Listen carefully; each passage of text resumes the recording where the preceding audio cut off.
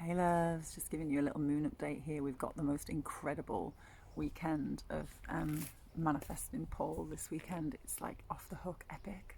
So we've got a new moon in Taurus. It's an eclipse as well, so it's like supercharged. And the new moon is at 9:30 on Saturday night, Saturday the 30th of 1 month in April. So Saturday the 30th of April, new moon in Taurus. So Taurus is all about stability. It's about love. It's about groundedness, reliability. It's all of these yummy, earthy kind of feelings. Um, what did I want to tell you about?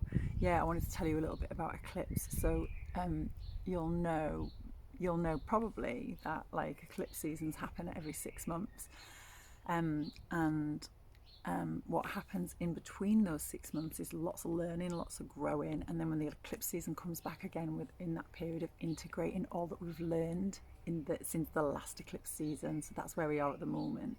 So things can sometimes feel like they speed up a bit because the eclipse season is like there's only 2 eclipses in this season, and the eclipse season is so short that any of the learning that hasn't been integrated in those 6 months, this is theory anyway, any learning that hasn't been integrated in that 6 month period gets integrated now. So if there's stuff that you should have been learning, haven't been picking up on the learning in the last 6 months, like it'll hit now. So that's why like May could feel a bit rocky if there's still stuff you've got to like integrate. If like by this point in your soul's experience you should have learned this stuff, and this is the window for you to do it in, like the lessons are going to come hard and fast during May. So May might feel a bit rocky for some people, but it is all about just letting the learning of the last 6 months integrate. So if you can look over the last 6 months and see what big lessons you've been through, what things you've had to navigate, and really making sure that you've understood what you can take forward into the next part of your life,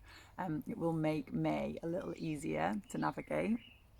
The other amazing thing that's happening at this moment as well is we've got Jupiter, which is the planet of sort of self-abundance, abundance for the individual.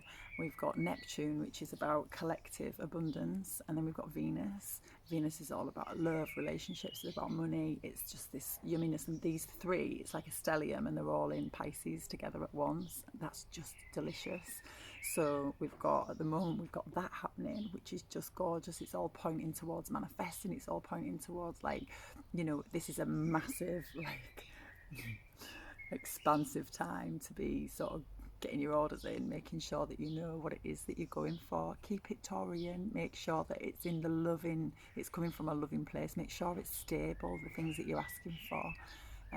But also, the other thing that's going on at the moment as well is that we've got Uranus, which is like when miracles happen. Uranus is also in Taurus, so we've got like the moon in Taurus, we've got Uranus in Taurus, so miracles could happen. We've got this stellium of all this lovely stuff going on as well, which is all about manifesting. And then we've got the eclipse, so there's this like crazy energy over. You might have felt it. I've had a crazy week building up into this energy, yeah. So you really get your journals out, really get your ideas clear. Make sure that you're really clear about what it is that you want. And then just journal into that, and make sure that when it comes to I think it's 9:30 on Saturday night, the new moon, if you can do it in those moments, like it's going to be a beautiful time just to get sacred with yourself, light some candles, you know talk to the moon, thank her, thank the sky, connect with the sky, just connect with nature in any way that you can. And just bring gratitude into the time that you're moving into there. Make it a sacred practice, and all you have to do to make it a sacred practice is call it a sacred practice, whatever that is. That doesn't, it's not a set of rules for it to be a sacred space. So make it as sacred as you want. Have music on that you love. I mean, that could be like banging drum and bass if that's what it needs to be for you, but it can be absolutely anything. You can have angel chorus in the background. You can have whatever you want. Make your sacred space yours, something that lights you up and makes you feel amazing. And the final thing that's happening as well in all of this stuff that makes it even more magical is that Mercury's also at the very point that the new moon pops out.